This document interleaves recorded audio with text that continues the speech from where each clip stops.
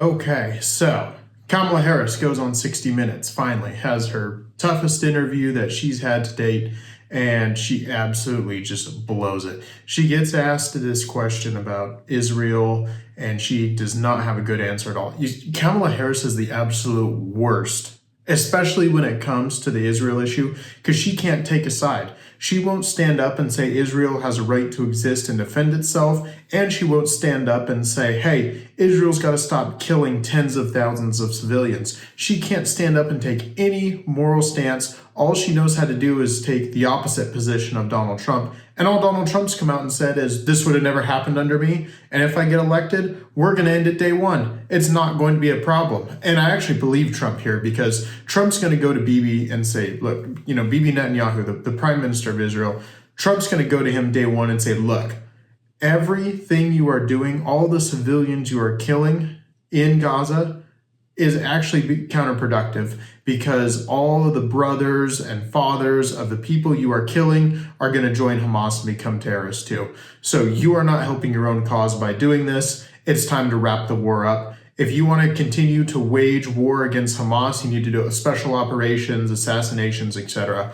All the stuff that Israel's done in the past. But Kamala Harris can't stand up and say that. She has no moral compass. She has no plan. The administration has bungled this entire issue from the very beginning. And 60 Minutes tries to cover it up for her. I want to play a clip here for you guys where Kamala Harris gives this garbage word salad answer, and 60 Minutes edits. They edit the interview to make it sound like she gives this nice, succinct, strong answer by cutting out all the crap. So here we go. First, the actual answer is going to be played, what she said on the TV show at 60 Minutes. And then next is going to be the edited answer that they posted online. So here we go. Actual answer. But it seems that Prime Minister Netanyahu is not listening.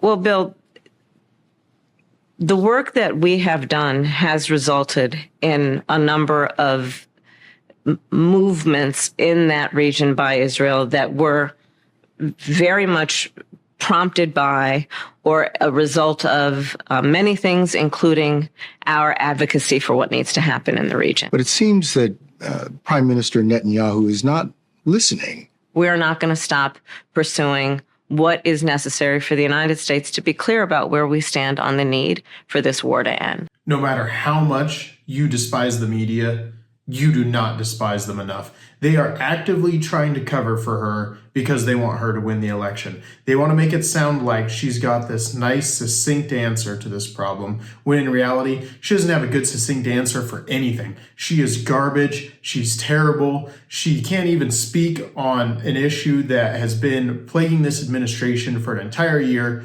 This is a question she had to have seen coming. How does she not have an answer for this? And 60 Minutes tries to cover it up.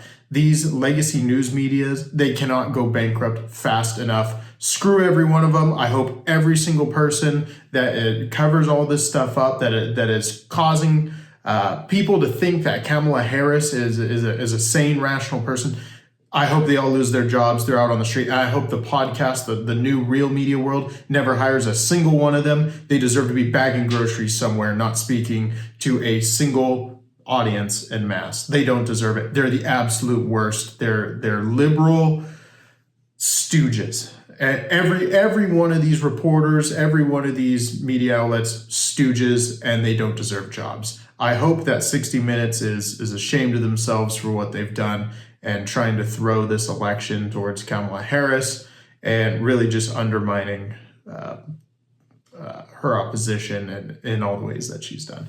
They're the absolute worst. Fuck them. And I hope that they stop doing shit like this, because when the media outlets go to die, these clips, I hope, are posted on their tombstone, because God knows they deserve it. They're the worst.